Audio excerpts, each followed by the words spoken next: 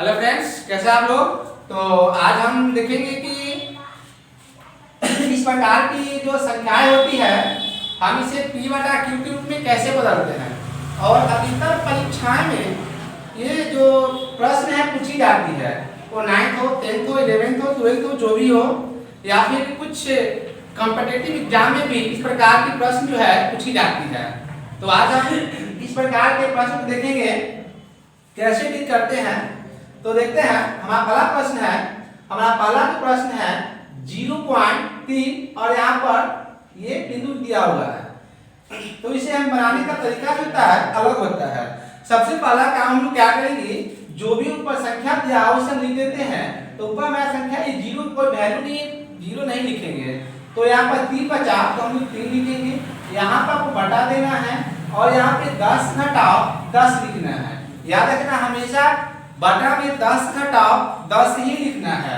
अब देखेंगे तो यहाँ पर ये जो बिंदु जो दिया गया है, ये बिंदु जो दिया हुआ है, ये बिंदु हमारा एक बिंदु दिया हुआ है, इसलिए यहाँ पर 1 लिखेंगे।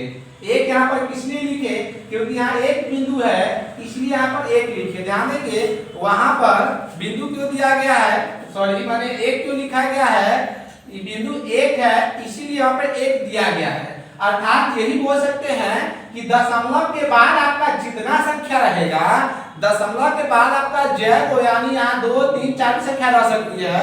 जितनी संख्या होगी वहां पर यहाँ लिख देंगे, जय होगा उतना लिखेंगे। तो देखेंगे 0 पॉइंट, यहाँ पर पॉइंट दिया हुआ है, तो पॉइंट के बाद यहाँ पर 3 है यानी एक ही संख्या है, इसीलिए हम यहाँ पर 1 दिए हैं।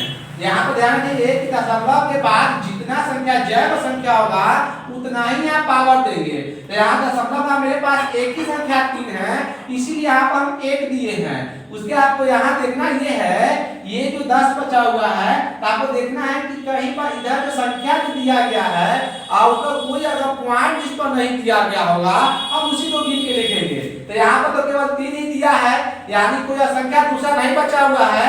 जब दूसरा संख्या नहीं बचा हुआ है तो यहाँ पर हम लोग 0 दे देंगे। आगे इसको डील करेंगे तो ये 3 रह जाएगा और ये 10 का पावर 1 है तो यहाँ 10 हो जाएगा। घटाओ, और किसी भी संख्या का अगर पावर 0 होता है तो उसका वैल्यू 1 होता है।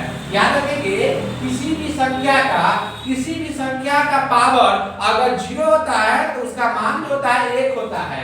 आगे देखेंगे तो ये 3 का 3 रह जाएगा, 10 में से 1 जाएगा तो 9 हो जाएगा।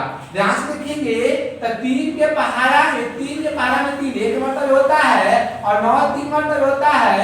अर्थात इसका आंसर देखेंगे तो 1/3 हमारा आंसर क्लियर हो गया।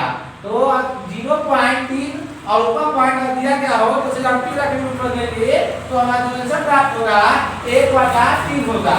उसी प्रकार हम दूसरे प्रश्न को देखते हैं। तो अगला हमारा प्रश्न जो है 0.7 है। तो आपको याद रखना है कि यहाँ पर जो संख्या ऊपर जाए ऊपर लिख दीजिए, नीचे आपको हमेशा 10 घटाओ 10 लिखना है। उसके बाद आपको देखना है कि दशमलव के बाद कितना संख्या वो संख्या दिया गया है। तो देखेंगे तो एक ही संख्या केवल 1 है, 7 है, तो यहाँ 1 लिखेंगे। आगे देखेंगे आगे कि यहाँ पर जो इसके बाद जो संख्या कुछ लिखा होगा, अगर कुछ बचा तो उसको लिखेंगे ना तो नहीं लिखेंगे। तो यानी इधर कोई संख्या नहीं बचा हुआ है तो यहाँ पर 0 लिख देते हैं। फिर आगे देखेंगे 7, 10 का पावर 1 है तो ये 10 रह जाएगा। घटाओ, अभी जस्ट पता है कि किसी भी संख्या का पावर अगर 0 होता है, अगर 0 तो उसका वैल्यू 1 होता है। देखिए इसका तो 7 और 10 में से 1 गया तो इसका आंसर 9, यानी आंसर हो गया इसका 7/9। इसी क्रम में हम लोग और आगे प्रश्न को हल करेंगे।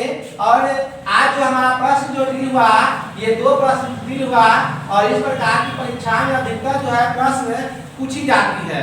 तो इसे आप अच्छी तरह समझ करके और इसका प्रयास करेंगे कि बनाने आ जाए। और अगर कोई आपका दोस्त इसी तरह का तैयारी कर रहा हो तो आपसे एक आग्रह है कि यह वीडियो उस दोस्त को भी शेयर कर दे ताकि इस वीडियो के माध्यम से उसको भी कुछ सहायता मिल सके। और कोशिश करेंगे इस वीडियो को ज़्यादा से ज़्यादा शेयर करें, लाइक करें, कमेंट्स करें और साथ साथ सब्सक्राइब भी करेंगे। That's all.